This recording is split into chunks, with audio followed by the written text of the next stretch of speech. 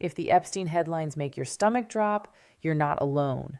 And I'm not here for politics, names, or sensationalism. I'm here because cases like this reveal one hidden truth predators rely on, and once you see it, you can't unsee it, which means you can protect your kids starting today. And then I'm going to give you 3 practical ways to get your child to open up, even if they're shut down, secretive, or glued to their phone. Hi, I'm Tracy Huff, and this channel is for moms who are carrying too much, trying to keep everyone safe, emotionally okay, and still function like a human. And if you've ever thought, I'm overwhelmed, I don't even know what to say.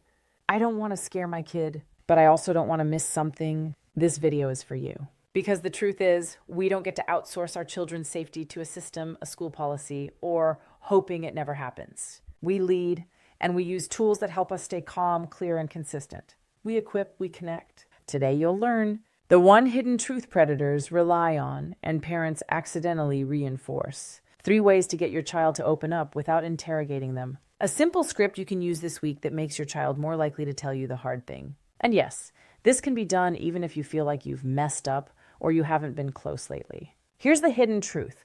Abuse and exploitation don't survive because kids don't know it's wrong. They survive because kids don't believe they'll be believed. And they don't believe they'll be safe after they tell. That's it. Not lack of intelligence, not lack of morality. It's fear, it's shame, it's the belief that telling will make everything worse. Silence is the strategy. Now picture this. Your child standing in a doorway, rehearsing the first sentence, and then swallowing it because they can already feel your panic, your anger, or your disappointment. Predators don't need kids to be clueless. They just need kids to believe telling will cost them more than staying quiet. And the tragedy is, if a kid learns silence at 10, they often keep it at 16, at 22, until the damage is harder to undo. When you listen to survivor stories across many situations, you hear the same thread. I didn't think anyone would believe me. I thought I'd get in trouble. I thought it was my fault. I didn't know how to say no.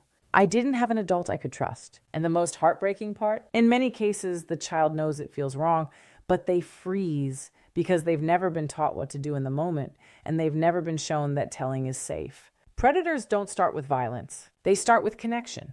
They start with attention. They start with special.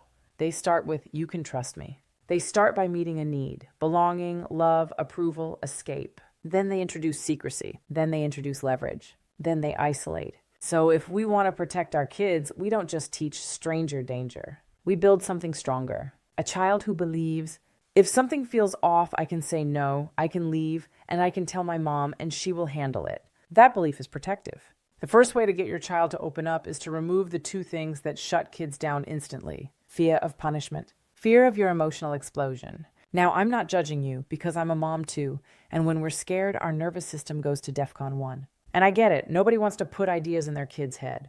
But here's the honest twist. Silence is the scariest plan. No parent looks back and thinks, I wish I'd made it harder for my child to tell me the hard thing. Because if your child thinks your reaction will be panic, rage, or a total meltdown, they won't tell you until it's unbearable. So you practice one sentence that changes everything. Thank you for telling me. You are not in trouble. I'm proud of you. I can handle this. And here's the second sentence. This one is huge. Nothing you tell me will make me stop loving you. Overwhelmed moms, listen. Your child needs to know your love isn't conditional on them being pure, smart, careful, or perfect. Because shame is a cage, and love is the key. Mini practice. Say it out loud with me right now. Nothing you tell me will make me stop loving you. And if your nervous system starts screaming in the moment, stall with safety. I'm really glad you told me. I'm going to stay calm so you can keep talking. Cue. And if you're thinking, I won't remember the right words when I'm triggered, that's exactly why I built my stop yelling consequence generator. You type in what's happening, what your kid said, what you're dealing with, and it gives you instant calm scripts and what to do next so you can stay steady. Link is in the description. Second way, change how you try to connect. If you do face-to-face, intense eye contact, rapid-fire questions, you will get fine, nothing, and the bedroom door shuts. Instead, side-by-side conversations, car rides, walking the dog, folding laundry together, cooking. When kids don't have to hold eye contact, their nervous system relaxes. And here are 3 questions that work better than how was your day? What was the best part of today? What was the hardest part? If you could redo one moment, what would it be? Then this part is critical. You don't pounce. You listen, you reflect, you stay calm. And if they share something weird, you don't go, what? Who? When? Give me your phone. You say, tell me more. What made you feel that way? Do you want help, comfort, or solutions? And if you feel yourself about to spiral, use this microscript. I'm really glad you told me. I'm going to stay calm so you can keep talking. Third way, you teach no like you teach swimming. Because in the moment, when there's pressure, attention, gifts, threats, or confusion, kids don't rise to their intentions. They fall to their training. So we train. Here's the simplest framework I teach moms. The 3-step exit. Name it. I don't like that. That's not okay. Move. Physically create distance. Go to a safe space. Get around people. Tell one safe adult immediately. Now let's make it real. Someone says, don't tell your mom. Your child practices, I have to go. I'm calling my parent right now. And they walk toward people, toward light, toward noise. Then role play these exact phrases. No, full sentence. I'm not doing that. I have to go. My mom checks my phone. I'm calling my parent right now. And moms, please hear me. Teach your child the difference between secrets and surprises. Surprises, temporary and joyful. Secrets, don't tell your mom. That's a red flag. So you say. In our family, we don't keep secrets from mom about adults, gifts, messages, or touching. Ever. That one rule, clearly said, calmly repeated, creates protection. Now I want to give you a script you can use this week, especially if you feel like you and your child have drifted.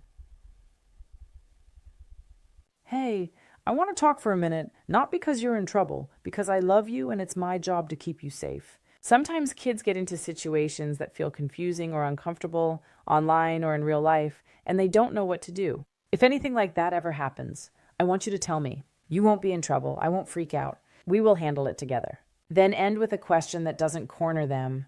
Is there anything you wish adults understood about what kids deal with now? That question invites honesty without forcing confession. Here's what I believe with my whole chest. We cannot build a world where our kids are safe if we keep raising kids who feel alone. And I'm not saying moms must do everything, no. I'm saying moms are often the emotional center of the home.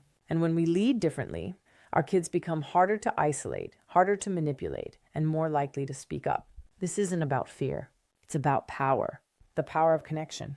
The power of language. The power of leadership at home. If you're listening to this and thinking, okay, but I'm overwhelmed. I don't know where to start. I want to show up differently. That's exactly why I created the Mom Leadership Lab. Because hoping you'll figure it out when the moment comes is how moments get missed. But when you have language and a plan, your home becomes the safest place to tell the truth. The Mom Leadership Lab is a free private school training community for mothers actively developing leadership at home and beyond. This is not a motivation group or a venting space. It's a place for standards, repetition, and execution. Inside, you'll get clear frameworks, practical scripts, and structured tools so you can do the reps and stay sharp. Leadership isn't discovered here, it's maintained. You can jump straight into the training as soon as you join. And yes, there are paid memberships and paid programs inside for moms who want deeper support, but you can start free today. The link is in the description. Join us. And if you want instant scripts in the moment, especially when you feel yourself about to panic or snap, use my Stop Yelling Consequence Generator, also linked below. You're not powerless. You're not behind. You can start today.